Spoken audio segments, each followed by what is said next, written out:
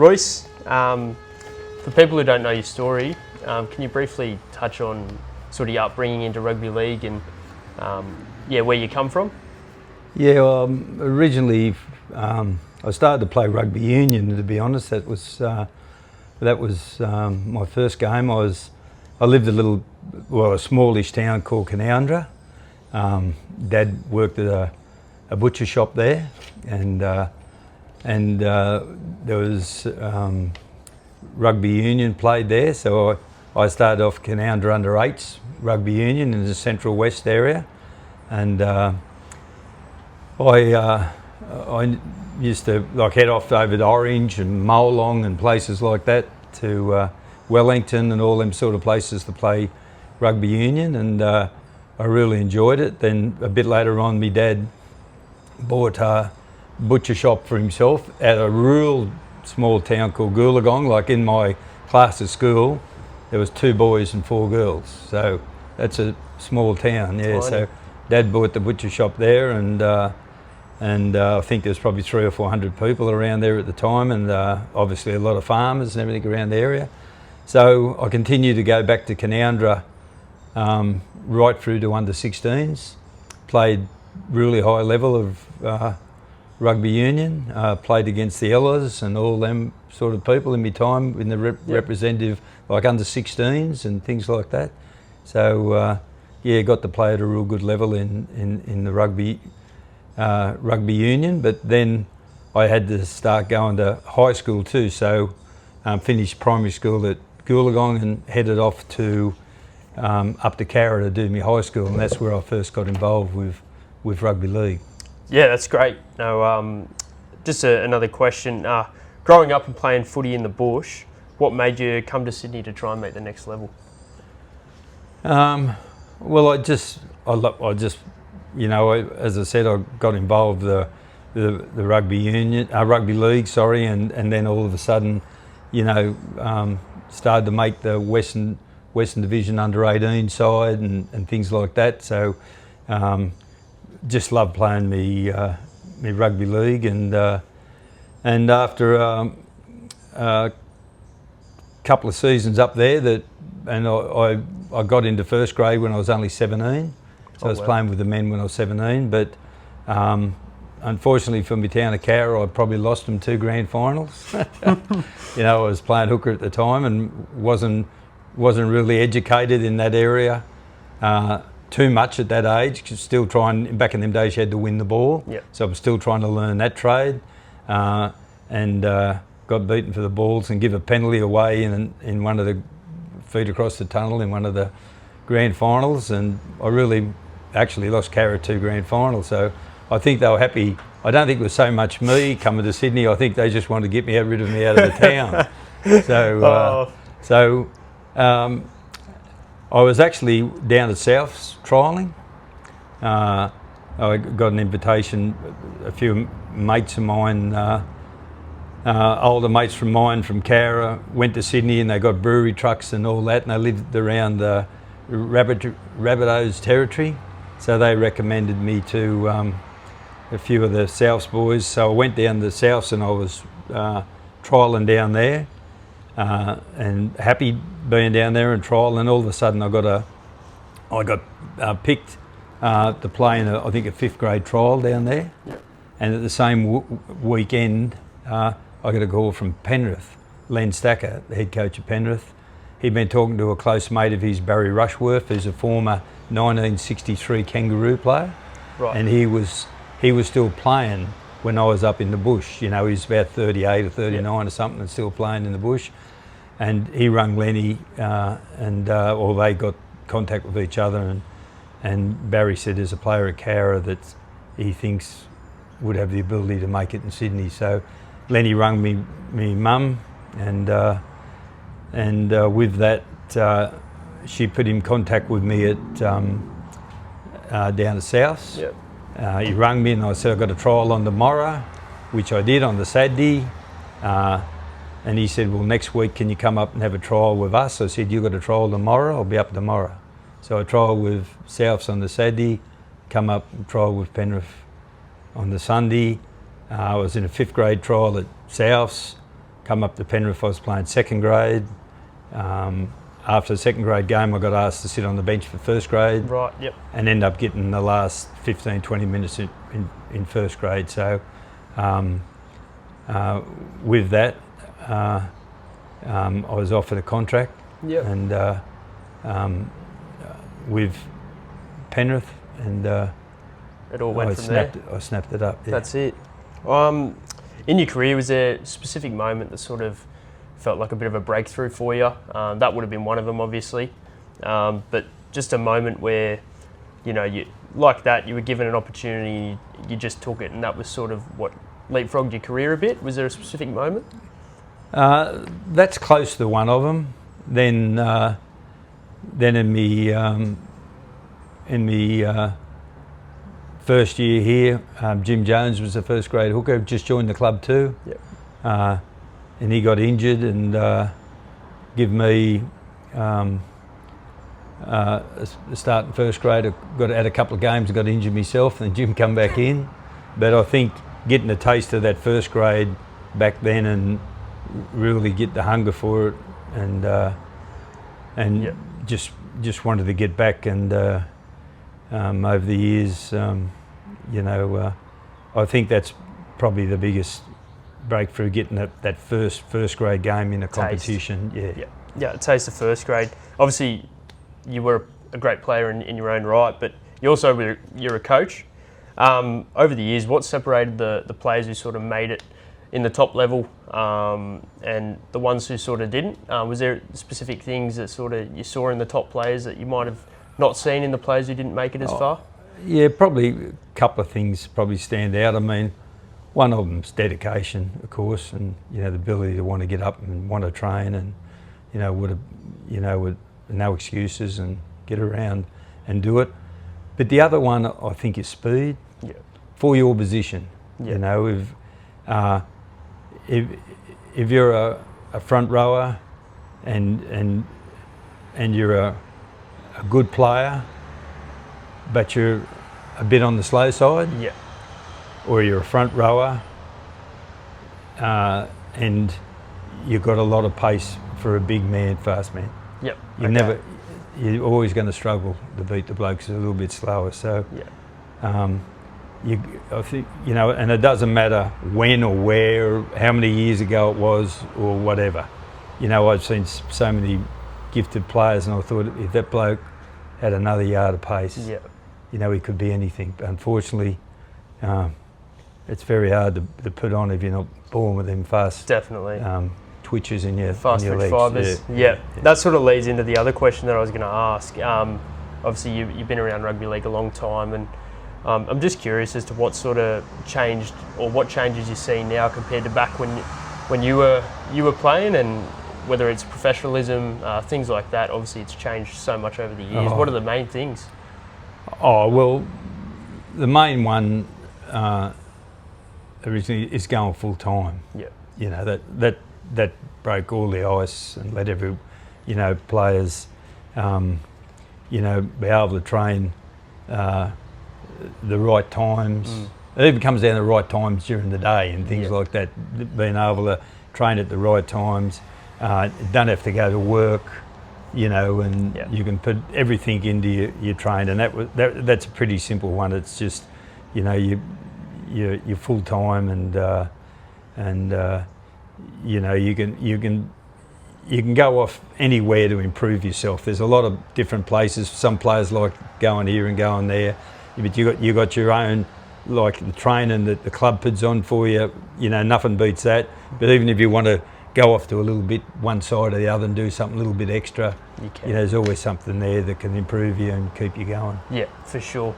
Sort of touching back to those sort of top elite players that you've come across in your career, are there any like mindset traits that you've seen in them that maybe others not necessarily lack, but maybe don't sort of utilise as much? Yes, like a lot of players, like myself personally, I don't think of too much better than getting on my own somewhere, relaxing, playing the game in your mind. Yep. You know, you might do that, you know, Friday morning, Friday afternoons, Saturday morning, Saturday night, play Sunday, or you might shorten up a bit more than that, but you can get there and relax yourself and sort of play the game in your mind. That suited me. Yep.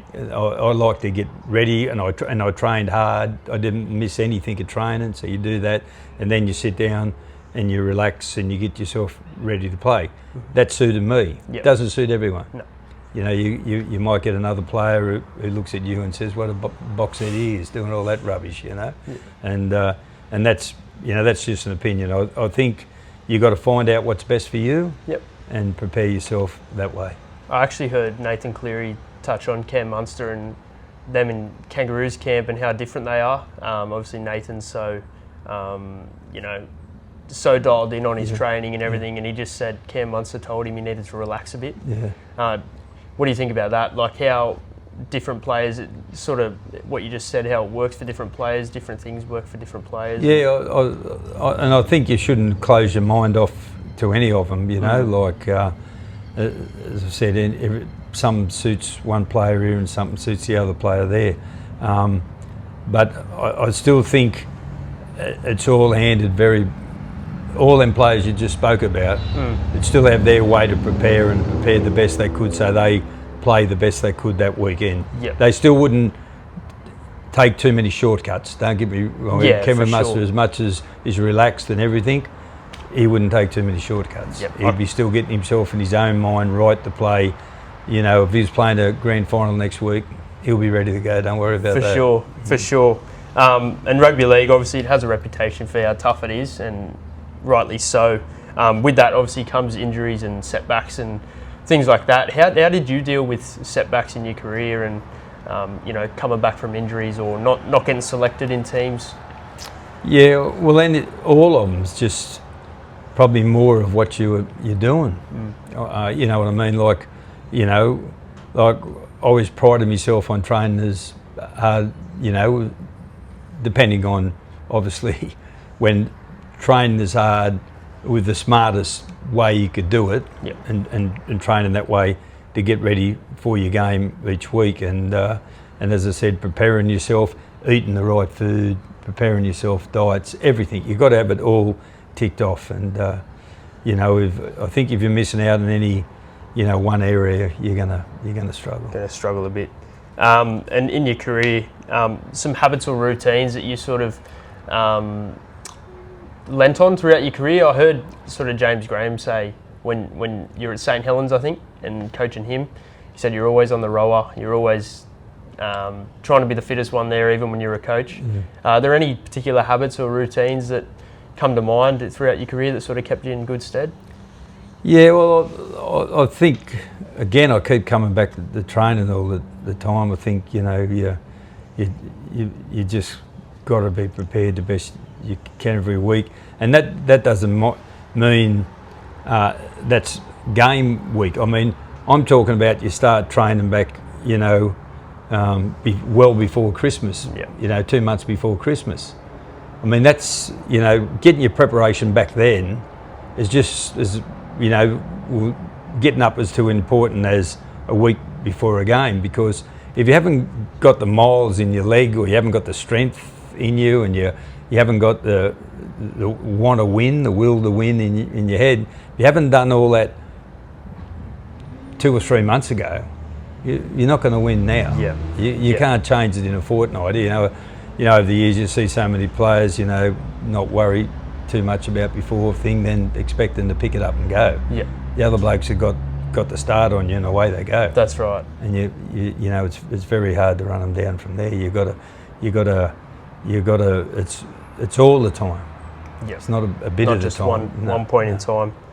Looking back on your career, obviously you achieved some great things. What's one moment you're most proud of in your career? Oh, getting picked for Australia, without any doubt.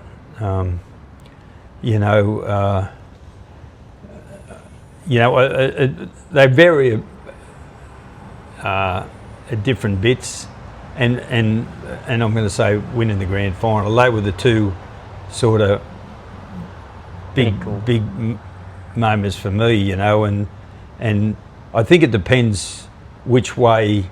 Like there's not much difference, you know, but if you swapped it around and I won a grand final, you know, 3 or 4 years later, then played for Australia later on, well, again, you know, it's both of them things, you know, you know, to be the first Penrith player to ever play for his country, that's the greatest honour you can get, you know. Then winning the grand final in your last game of football, you're never going to play another one. No. Pretty hard to beat too, you know. 100%. So both of them things were thing. But I can tell you this: getting beaten the year before was a lot worse than actually winning the grand final and playing for Australia. Was that Raiders? That just destroyed me. Yeah. Was that the Raiders that knocked you off? Yeah. Yeah. So getting beaten in 1990, I really struggled for months. Yeah. You know, that sort of like when I played for Australia or thing, a few weeks later you get on with life, you know, and you get going. But getting beaten in the grand final, it just, you know, that's something till this day I still find hard to handle. Yeah, for sure. If you could go back and give yourself your younger self some advice when you were a kid or whatever it was, when you were striving to play in the NRL or whatever level it was, what would you give yourself? I'd probably go away from a bit more long distance stuff when I was training and do more speed and up and off the ground type stuff and speed. I hurt my groin at Penrith about 3 years into the, you know, about 83 I think it was. I did my groin, and it's called symphysis pubis. I think I've heard of it. Yeah, it's injury. It's where your big hips sort of join, and it's all the cartilage in between. Well, I had no cartilage, I just destroyed it all. Yeah. So when you trot on one leg, instead of going sort of like that, they just separate up, and you'd get more rip and more tear and everything. So I went from being about the second or third quickest forward in Penrith to I could beat Brad Waugh and Daryl Broman. There's only two I could beat, and that's getting slow. Broman will declare he could beat me. Yep. Waugh, he won't even try. So speed, that was the one thing. Yeah, we're focused on your speed. I would have focused more on my speed, and probably I sort of pride myself a bit on getting back from injuries pretty quick and doing all that. But looking back now, I think, you know, maybe like with the groin and all that, maybe another month here and a month there. Yep. Particularly with the groin. To get it right. Yeah, to get it 100% right would have been better than trying to be a hero and charging back like a bullfed. Yeah, yep, no, for sure. And sort of adding on to that, some for any athletes out there that are sort of striving in their own sport or whatever it is, what would you give to them? Advice would you give to them about discipline or just chasing what they want? Yeah, again, I think it all comes back to training. Yep. You know, just, you know, when you're laying in bed and the alarm goes and you think, oh, bugger it, I'll just have this day off. If you do, you don't deserve to make it. You've got to get your ass out of bed. Yep. Okay. Look, I'm not saying train when they, you know, if you've been training for 3 days hard and the trainers will give you a program to do. I'm not saying get up and train when you're not supposed to. Yep. I'm not saying them things, but I'm saying, you know, you got to follow the programs that these professional men give you now. They're outstanding, all the things they can give you. You follow that, listen to your coaches, you know, and learn that, and keep an old mate around that's probably a bit older than you, and that you don't have to be a footballer, but he's got a bit of common sense, and if you're ever in trouble, just go and knock on his door and ask for a few tips. Yep, no, that's great. And sort of some things you've learnt recently, perspective on life. How do you look at life now? Obviously, since being diagnosed with dementia, compared to through your footy career when you thought that was the thing, that was the all that mattered in life. What's your perspective on that these days? Well, it's, to be quite honest, sometimes I you know, get a bit down and think, you know, this has beaten me, and this is going to be bad for me family, this is going to be bad for me kids, it's going to be bad for me wife, not recognising who the grandkids are, family, you know, all these sort of yucky things, going to the toilet and your family looking after you, all these, you know, all them sort of things. I think of all them things, and as it gets down, I get frustrated. Then I say to myself, the old football comes back out, and I said, "You soft bastard, get up and get back and start doing something that's a bit positive, you know, and try and that's why I started the foundation, you know, like the foundation going, and we've now paid for, I think it's 5 research programs. They're about 380,000 each, so getting and putting your mind back onto something like that, you know, and also relying, you know, a bit on the football, the old days where you had to be, you know, get around and get out of bed and go and do the things, and I sort of try, if I hear something's, you know, if I hear the birds flying over, and if he comes close to you, it might help with your dementia, or stand on, well, no, I won't. I said I'd stand. Maybe not. No, maybe not. No, it's a bit close. But, you know, I mean, I'll do anything to try to, and I think that all comes back from your old days playing footy, and, you know, and there's no doubt in the world it is. Just I think your story is amazing, and the positivity that you keep putting out into the world is probably something that a lot of people, myself included, could take a lot from. So, no, it's great, Royce. I really appreciate it. Good, mate. One last question: what does breakthrough mean to you? Breakthrough. I don't know, mate. I think any breakthrough is when, and it does. If you see something and you want it, you go and get it, and that's breakthrough for me. Yep, simple but well put. I really appreciate you coming on, Royce. Cheers, mate. Thanks a lot. Good man. Thank you.